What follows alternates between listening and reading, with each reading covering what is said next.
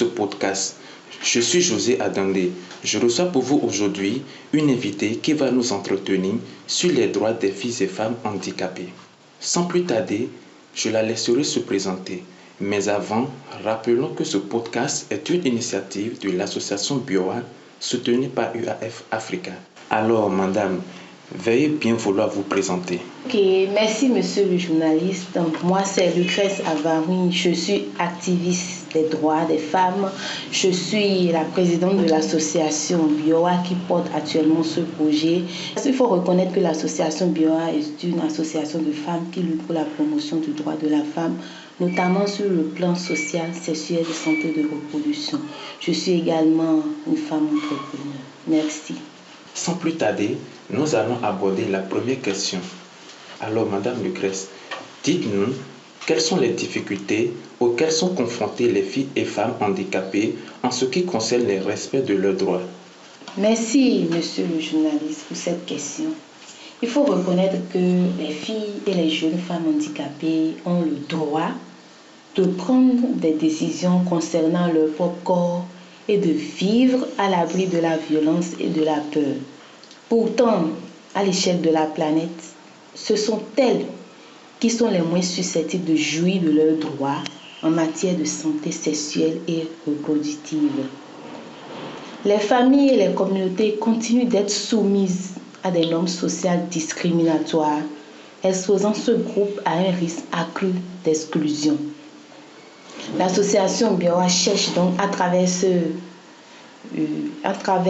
la mise en œuvre, à travers cette initiative, grâce à l'appui financier de UAF Africa, à attirer l'attention sur les problèmes sous-jacents et sur les difficultés que rencontrent les filles et jeunes femmes handicapées en proposant des exemples de bonnes pratiques dans ce domaine et en appelant les parties prenantes à agir pour faire progresser la reconnaissance et la réalisation de leurs droits en matière de santé sexuelle et reproductive. Nous devons retenir que les filles et les jeunes femmes handicapées ont les mêmes droits que les autres filles et jeunes femmes en matière de santé sexuelle et reproductive. Comme stipulé dans la Convention relative aux droits de l'enfant, la Convention sur l'élimination de toutes les formes de discrimination à l'égard des femmes, la Convention relative aux droits des personnes handicapées et dans d'autres documents de politique internationale, notamment le programme d'action de la Conférence internationale sur la population et le développement. Il faut donc qu'un cadre des droits humains et de l'égalité des sexes orienté par les traités internationaux et les engagements en faveur du développement, tels que le programme de développement durable à l'horizon 2030, viennent guider tous les travaux à l'avenir. Les modèles médicaux et caritatifs doivent être remplacés par des modèles reposant sur les droits humains qui placent la santé et les droits sexuels reproductifs des filles et des jeunes femmes handicapées au cœur de toutes les stratégies pour qu'elles puissent prendre des décisions éclairées, sans coercition, sans violence, sans discrimination ni mauvais traitement.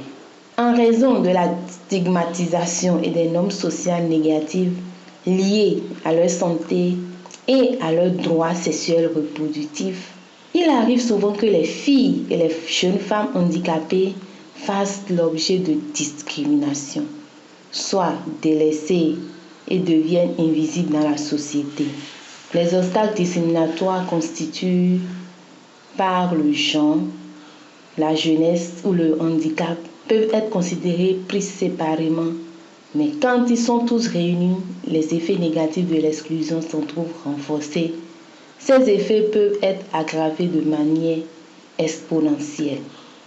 Il est par conséquent essentiel d'adopter une approche intersectionnelle pour comprendre le problème en profondeur et élaborer des solutions efficaces. Les obstacles que les filles et les jeunes femmes handicapées doivent surmonter pour assurer leur santé et leurs droits sexuels et reproductifs sont renforcés par la diversité et la gravité de leur handicap. Plus le handicap est important, plus le risque d'exclusion et de mauvais traitement est élevé. Il faut reconnaître que chaque type de handicap engendre des besoins spécifiques auxquels les informations et les services de santé et droits sexuels et reproductifs doivent être adaptés, ce qui signifie qu'il n'existe pas d'approche unique pour garantir la réalisation de ces droits.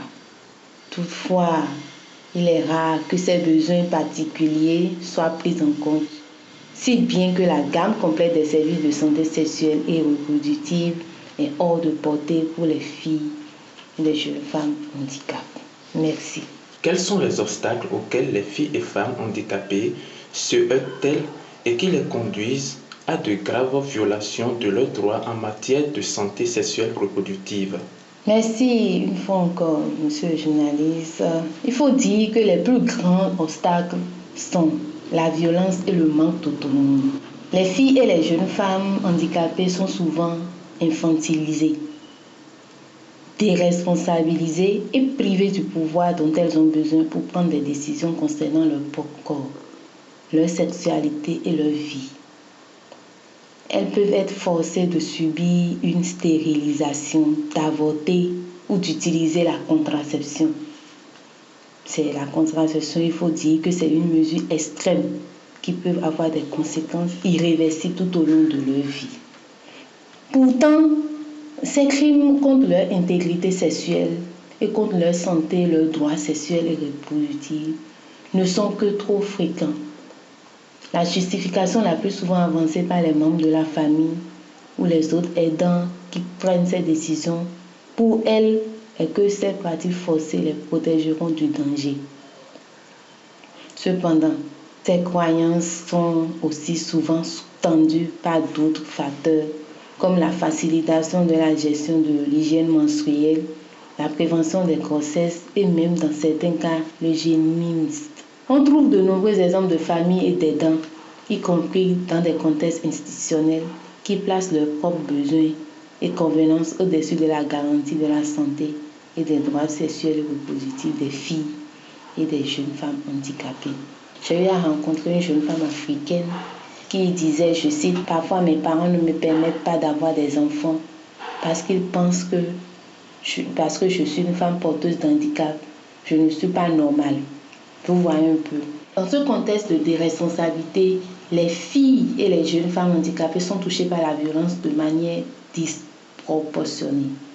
Selon l'Organisation mondiale de la santé, OMS, les enfants handicapés ont presque 4 fois plus de risques de connaître des violences que les enfants non handicapés.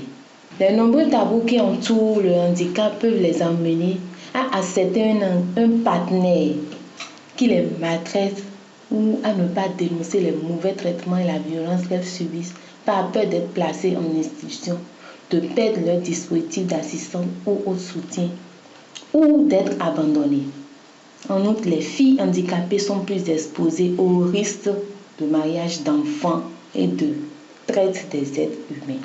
Les effets de cette maltraitance choquante sont renforcés par les obstacles considérables qui entravent l'accès des filles et des jeunes femmes handicapées à la justice. Il est en effet fréquent qu'elles ne signalent pas les cas de maltraitance par peur de représailles, de l'abandon ou de la monoparentalité parce qu'elles craignent de perdre la garde de leurs enfants ou qu'elles ne sont pas sûres d'être crues. Il est fréquent que les systèmes législatifs et judiciaires ne considèrent pas qu'elles soient aptes à témoigner. C'est particulièrement vrai dans le cas des filles et des jeunes femmes atteintes d'un handicap intellectuel. Le système de justice comporte des obstacles physiques et des barrières à la communication qui entravent encore davantage leur capacité à demander et obtenir réparation. Notamment le manque d'accessibilité et l'absence d'autres aménagements procéduraux comme l'interprétation en langue de signes, la possibilité d'utiliser d'autres formes de communication ou des services de soutien adaptés à l'âge et au sexe des individus. Les formes systématiques d'exclusion découlent d'attitudes, de normes et de comportements discriminatoires. Les formes systématiques d'exclusion découlent d'attitudes, de normes et de comportements discriminatoires qui alimente les préjugés et la stigmatisation, rendant souvent invisibles les filles et les jeunes femmes handicapées aux yeux de la société et accroissant leur vulnérabilité aux pratiques néfastes. Il faut dire que la stigmatisation peut entraîner la mise à l'écart et l'isolement, que ce soit en raison d'idées fausses sur les causes du handicap ou de préjugés bien enracinés concernant la capacité des filles et des jeunes femmes handicapées à contribuer à la société. Elles sont encore largement considérées comme de simples bénéficiaires de soins et sont systématiquement sous-estimées. Notons que la discrimination est souvent si répandue que la stigmatisation peut être profondément intériorisée par les filles et les jeunes femmes elles-mêmes. Cela peut les conduire à avoir honte de leur propre corps et à accepter qu'on les maltraite. Dans nombre de sociétés, les tabous et les normes sociales qui entourent la menstruation et l'hygiène menstruelle affectent l'autonomie de toutes les femmes et les filles et ont un effet particulièrement dévastateur sur la santé et les droits sexuels et reproductifs des filles et des jeunes femmes handicapées. L'absence d'installations sanitaires appropriées dans les écoles et notamment de toilettes séparées, accessibles et protégées, en plus du manque d'éducation, de ressources et de soutien pour l'hygiène menstruelle, compromet leur capacité à gérer leur hygiène correctement et les rend particulièrement vulnérables aux maladies. Par conséquent, les filles et les jeunes femmes handicapées doivent souvent rester à la maison ou sont envoyées dans des écoles spécialisées. De plus, cette situation peut entraîner de graves violations des droits, comme l'hystérectomie forcée ou l'utilisation forcée de la contraception pour supprimer ou réduire la menstruation. Merci. Merci, Madame Lucrèce Avaroui, pour l'éclaircissement sur les obstacles auxquels sont confrontées les filles et femmes handicapées sur leurs droits sexuels et reproductifs. Alors, donnez-nous quelques approches de solutions pour appuyer l'accès des filles et des jeunes femmes handicapées à la santé et aux droits sexuels et reproductifs. Merci, monsieur le journaliste. La collaboration intersectorielle requise pour appuyer l'accès des filles et des jeunes femmes handicapées à la santé et aux droits sexuels et reproductifs connaît peu de précédents. Alors, le manque de communication et de partage de l'expertise entre les systèmes de protection des enfants, les jeunes femmes et les personnes handicapées les a laissées exposées à un rythme d'exclusion accru. Fort heureusement, on trouve des exemples de pratiques et de stratégies prometteuses qui peuvent être poursuivies. Alors, l'intégration de la prise en compte de la santé et des droits sexuels et reproductifs et du handicap dans les initiatives et programmes existants figure parmi les stratégies efficaces. Ainsi, plusieurs organisations ont préparé des supports de communication sur la santé sexuelle et reproductive dans d'autres formats pour les centres d'aide aux victimes de viols, les organismes fournissant des services aux personnes handicapées et celles qui défendent leurs propres intérêts avec des conseils pour les programmes d'éducation à la prévention et des notices illustrées sur les examens effectués en cas d'agression sexuelle et sur les droits des victimes survivantes de violences sexuelles. En proposant des services qui s'adressent particulièrement aux filles et aux jeunes femmes handicapées, on peut offrir des ressources essentielles là où les besoins sont les plus grands. L'utilisation des médias sociaux, de téléphones portables et d'autres outils technologiques peut faciliter l'accès des filles et des jeunes femmes handicapées à l'information sur la santé et les droits sexuels et reproductifs.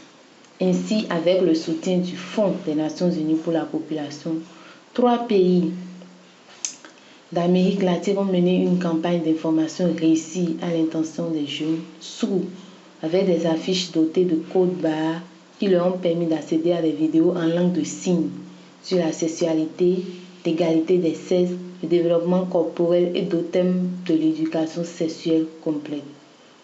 un blog accessible, Sexualité and Disability, Sexualité et handicap, donne aux personnes handicapées les moyens d'avoir une sexualité positive en répondant à des questions sur toute une série de thèmes liés à la santé sexuelle et à la sexualité pour les femmes et filles handicapées. Par exemple, les relations, les rapports sexuels, la violence, la parentalité et la connaissance de son propre corps. Les filles et les jeunes femmes handicapées ont le droit de prendre des décisions concernant leur corps et de vivre à l'abri de la discrimination, de la peur et de la violence. Pourtant, en tant que groupe, elles restent en grande partie dans l'ignorance des droits qui leur reviennent et sont rarement considérées comme des détentrices de droits. Au manque de volonté politique, viennent s'ajouter des tabous et des normes sociales préjudiciables profondément enracinées, si bien que les filles et les jeunes femmes handicapées constituent le groupe le moins susceptible de jouir de ses droits en matière de santé sexuelle et reproductive. Il n'y a pas de temps à perdre pour s'attaquer à la discrimination profonde et à l'invisibilité des filles et des jeunes femmes handicapées. Les États doivent jouer un rôle moteur pour veiller à ce que leurs droits soient respectés, protégés et réalisés. Cependant, ces efforts ne pourront réussir que par le biais d'une collaboration avec d'autres parties prenantes des secteurs de la santé, des droits sexuels et reproductifs, des droits des filles et des femmes et du handicap, ainsi qu'avec les filles et les jeunes femmes handicapées elles-mêmes. Nous appelons donc les États, les décisionnaires, les acteurs de la société civile et les prestataires de services de santé, droits sexuels et reproductifs à mettre en œuvre les recommandations suffisantes afin de lutter contre l'exclusion systématique des filles et des jeunes femmes handicapées et d'assurer la réalisation pleine et entière de leurs droits en matière de santé sexuelle et reproductive. Merci. Merci beaucoup, Madame Lucrèce Avaoui. Je pense que vos apports de solutions ne sont pas entrés dans les oreilles de sourds et que les autorités auraient compris votre message. Nous allons mettre un thème à ce podcast, mais avant, quel est votre mot de fin? Merci, monsieur le journaliste. Je ne vais pas quand même finir mon intervention sans remercier notre partenaire financier UAF Africa, grâce à qui ce projet est devenu réalité. Merci à ce grand partenaire et à toute son équipe qui ont rendu possible la réalisation de ce projet. Les droits des filles et femmes handicapées sont non négociables. Respectons-les pour un meilleur épanouissement de nos sœurs en situation de handicap. Je vous remercie. Chers auditeurs, nous voici à la fin de notre podcast. Nous vous remercions pour votre aimable attention. Merci et à bientôt.